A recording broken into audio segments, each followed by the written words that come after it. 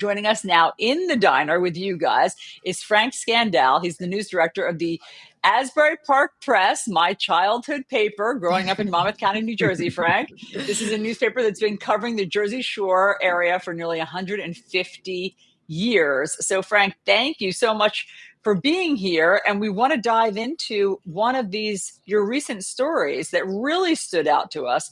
This is an investigation into the grading process for students in the Asbury Park school system. You found, stunningly, that district officials have been manipulating the system to basically inflate the grades of failing students and get a higher graduation rate. So tell us about this.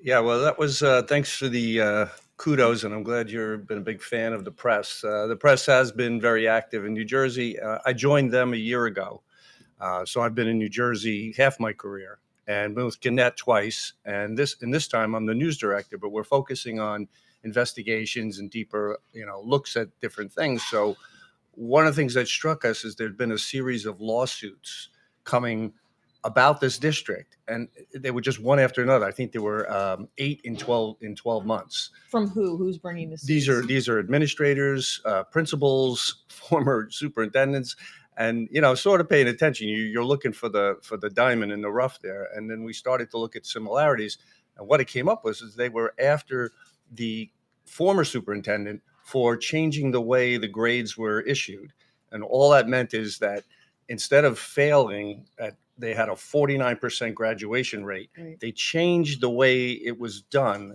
and it went to 83% overnight, which is impossible. And how were they doing this? There was a floor that they called a established? 64 floor, which was first reported by Laura Walters, who does an New Jersey education report back 6 years ago. But we dug into it, and the superintendent created the system, as he called it, for equity reasons. And so you could not fail, basically. Like, you got a grade of 64 no matter what you did. And then this way the student could just, with 1 point can pass. And so that's what inflated the graduation rate. However, the test scores remained low. So right. Nothing changed in terms of the learning. And so all these lawsuits started picking at it. But then our reporters, Amanda Oglesby and Charles Day, dug in and did reporting for several months. And then we came up with a 3-part series on, well, how did this happen? Yeah, I mean, because there are obviously there are state regulations. There are certain benchmarks that have to be set that can't go district to district. And as I understand it from reading more about the article, there was just some very unconventional things like allowing babysitting, the credit to retrieval count. system. Yeah, allowing right. classes to happen. Not unheard of, by the way. Right. This system we in Westchester. One of our reporters, also USA Today at the Bergen Record, she discovered a same system where they were given credits for doing odd things, babysitting, volunteer work, etc. And so that helped bring kids who were not having passing grades. They would give them, so the district taxpayers would pay for these retrieval systems, and then the kids would get credit on top of that. So there was, again, this has not been, there's floor systems also in Atlantic City. There was Carteret, where Lamont Repillette, who is now the president of Kane University here, he started in there, and then his successor, Ms. Gray, she continued the process. They've changed it a little bit, so the floor is now lowered. I think it's either 50 or 55, which is other systems, which means the kid still gets something, but he still has to work harder to get a passing grade. So, but also, Frank, I just want to I want to drill down on what you just said. The principal, okay, who oversaw this, who spearheaded this, the superintendent who oversaw this, he was elevated. He was celebrated by officials everywhere because, oh my goodness, he's turned around Asbury Park school system. Kids are graduating now at twice the rate, and so he got all of these advancements up the system. Why didn't anybody before you guys think, how did he turn around the graduation rate overnight? I can't answer that. I can only say that it was sort of out there. I mean, he sat in a legislative hearing by one of the Monmouth County legislators, Declan O'Scanlan, and that's where it first came out during the hearing that he created the 64 floor for Asbury. So it was out there, but I don't think a lot of things had materialized yet, including different lawsuits that sort of accused them of the district of retaliation for basically whistleblowing and say this system is not helping the kids any, even though it looks like we're doing much better.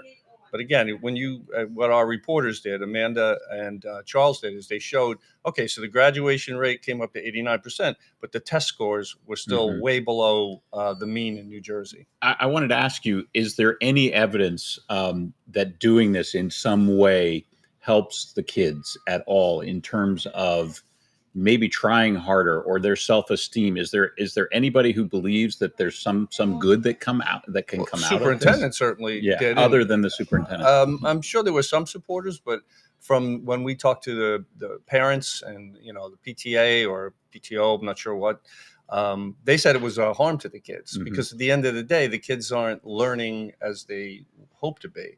And so Asbury Park District is very interesting. One of the things that the reporters chronicled was that the exit of kids to charter schools and private schools was strong, right? So they're losing kids. There's not a big graduation class. It's not a big school anymore.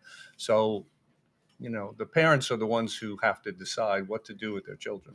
We really appreciate that you are taking these deep dives into local issues because we know across the country, local news reporting is going away. Yep. And this is so important because now parents know what's going on in their school district. One example with this investigation. Yeah, thank you. We talk about that all the time, that if there's no shortage of national, international news, as you've just demonstrated with Gaza, but who's watching the school district, who's watching City Hall? And that's, New Jersey, which is where I started my career, actually right here in Union County at the former Elizabeth Daily Journal, which was the second oldest continuously printed daily in America after the Hartford Courant.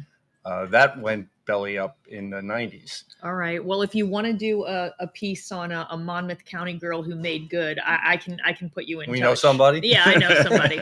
All right. Yeah, all right. Frank It's a good story. Scandale with the Asbury Park Press. Thank you very Thank you much. so much for being Appreciate here it. this morning.